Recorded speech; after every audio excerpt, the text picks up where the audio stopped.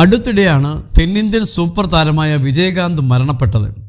നടൻ എന്ന നിലയിലും രാഷ്ട്രീയത്തിലും ഒരുപോലെ തിളങ്ങി നിന്നിരുന്ന വിജയകാന്ത് അനാരോഗ്യത്തെ തുടർന്ന് കഴിഞ്ഞ കുറച്ച് വർഷങ്ങളായി സജീവമായിരുന്നില്ല. വിജയകാന്തിൻ്റെ മരണത്തിന് പിന്നാലെയാണ് അദ്ദേഹത്തിൻ്റെ ജീവിതത്തിലെ പല കാര്യങ്ങളും വീണ്ടും ചർച്ചയായത്. അത്തരത്തിലൊന്നായിരുന്നു സഹതാരമായ രാധികയുമായി വിജയകാന്തിനുണ്ടായിരുന്ന പ്രണയം. വിവാഹ സാരി വരെ തയ്യാറാക്കി രാധിക തയ്യാറായി നിന്നിട്ടും ആ പ്രണയം പക്ഷേ വിവാഹത്തിലേക്ക് എത്തിയിരുന്നില്ല.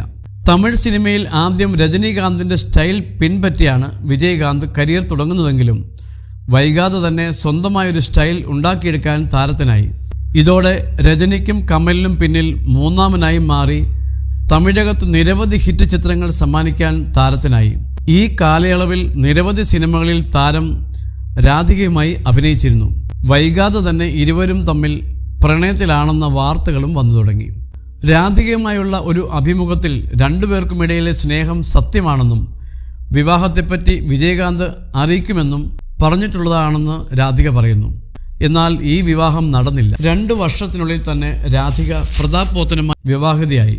പ്രണയവിവാഹമായിരുന്നു ഇത്.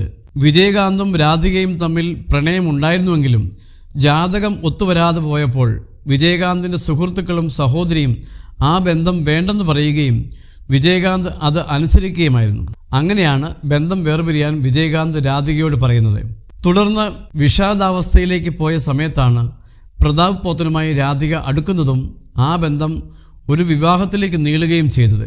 പിന്നീട് പ്രതാപ് പോത്തനുമായി രാധിക വേർപിരിയുകയും മറ്റൊരു വിവാഹം ചെയ്യുകയും ചെയ്തു.